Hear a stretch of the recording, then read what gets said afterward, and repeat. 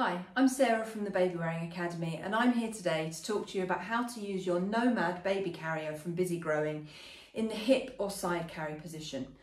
The hip or side carry position is often a really good alternative to the facing away position. This carrier doesn't do the facing away position very well at all. Just a quick, look, right?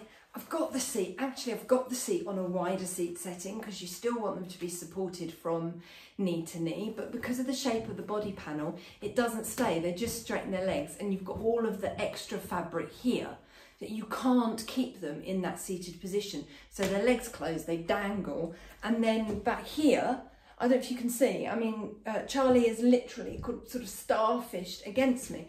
I wouldn't want to sit like that. That is not comfortable. It's not comfortable for me, but it's certainly not comfortable for Charlie. The temptation would be to do that instead. What's going to happen, particularly because of this, is Charlie's going to do that. No thanks. So back to the video. And so using the hip or side carry position can be a really good alternative. It can start to be useful generally after you've passed the 4th trimester. Your baby spends a lot more time awake, they're more interested in what's going on. People start to think about turning the baby around into this sort of position. As I said, the Nomad Carrier doesn't do this position particularly well. And it's not an essential. You don't ever have to put your baby into the facing away position. The facing away position is not as ergonomic. The baby's body weight is further away from you than when they're facing in towards you. So they often feel heavier. It also has limitations. So lots of carrying companies that do offer the facing away position really, really well will say to use it for short periods of time. And that's partly because they know the baby feels heavier in this position and they don't want you to hurt yourself. They also worry about overstimulation because babies find it difficult to withdraw from stimuli when they're facing away from you. They find it hard to kind of avoid things that might be slightly overwhelming. When you're at that age, you might find yourself naturally sitting your baby on your hip. So when you're holding the baby in this position, there's absolutely no reason you can't use the sling to do it. It means you don't have to put your hip out. It means you get your hands back. You're not kind of having to hold the baby because you've got the sling holding the baby's weight. There's no time limit associated with it because if the baby wants to turn away from something, they can just bury their head in you and avoid the overwhelming stimuli that might be annoying them. Equally, if they want to fall asleep, they can just put their head on your body and sleep. Whereas babies can't sleep in the facing away position because it's not safe for their airways. So there are lots of advantages to using the hip or side carry position, as well as it can be great when your carrier, like the Nomad, doesn't do the facing away position very well. So let me show you how to do it. This is Charlie, this is my slightly bigger doll. What you want to do, get your carrier, make sure your seat is adjusted so that it fits into the back of your baby's knees. Very often what happens is you've had it on the small setting for your newborn and your baby grows and you forget to adjust it. So now when you're in this sort of, your baby's reached a different developmental stage, you're thinking about using your carrier differently. It's a really good chance, really good opportunity to check that your carrier is still fitting your baby really well. So it should fit from the back of one knee into the back of the other. I'm going to make it slightly wider here for Charlie. That's it. And then I'm going to flip that waistband in towards me. And because Charlie's a slightly bigger baby, I'm going to put it slightly lower. So for a newborn, I had it up around my natural waist. I'm going to put it just around the top of my hips for Charlie. Get it clipped up and tightened if you need to.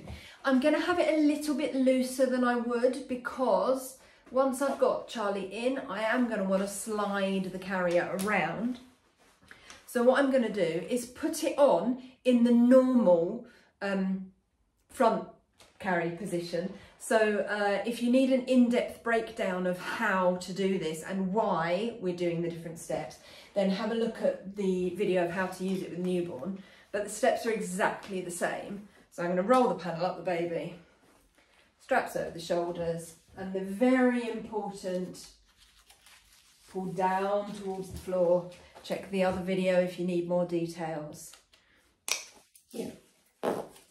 Same on the other side, down to the floor. Right, so normal front carry position, baby of this age, yeah? All I'm going to do to turn it into a hip or side carry position, I'm going to support the baby's weight. I'm going to slightly loosen. Hang on a minute, I need to know which side I'm going for. So I need to explain it to you.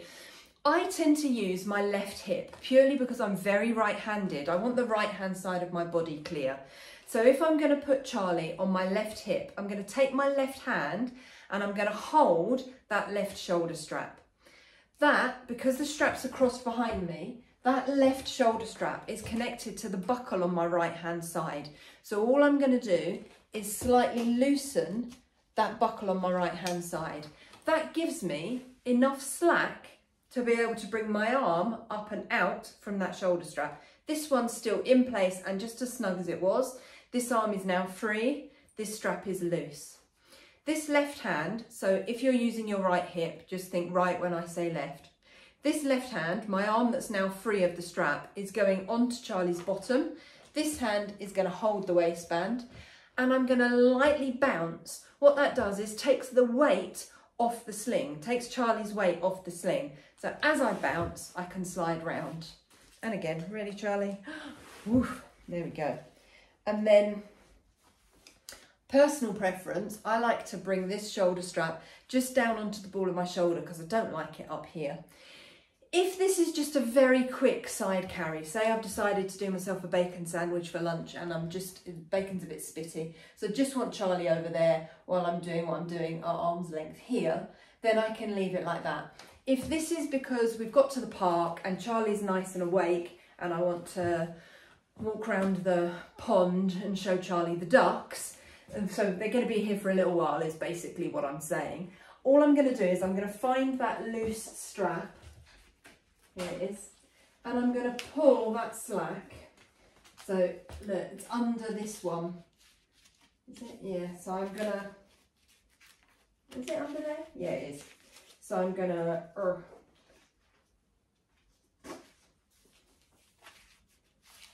bring this under here.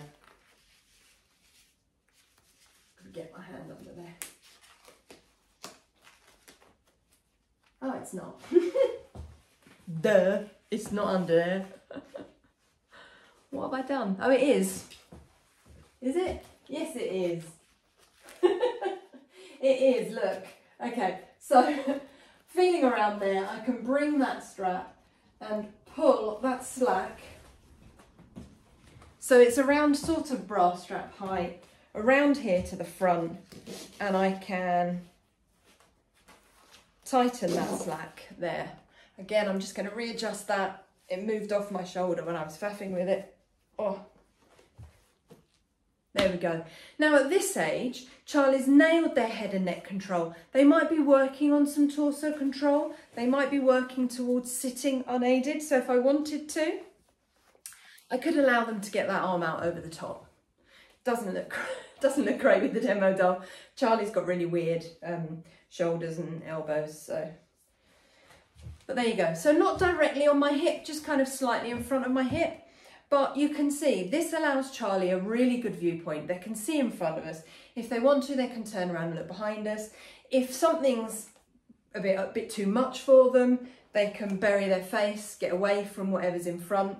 But equally, if they want to fall asleep, they can just put their head on my body and fall asleep.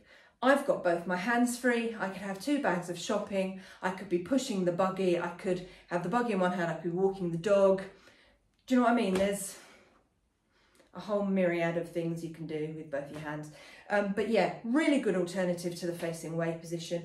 If Charlie were to fall asleep here and I wanted to shift them back into a front carry position, or if I just want them to shift them back into a front carry position because now I'm going to get on the bus and go home, for example. This is the strap that I tightened. So this is the one that I got my arm out of. So what I'm going to do is loosen that again.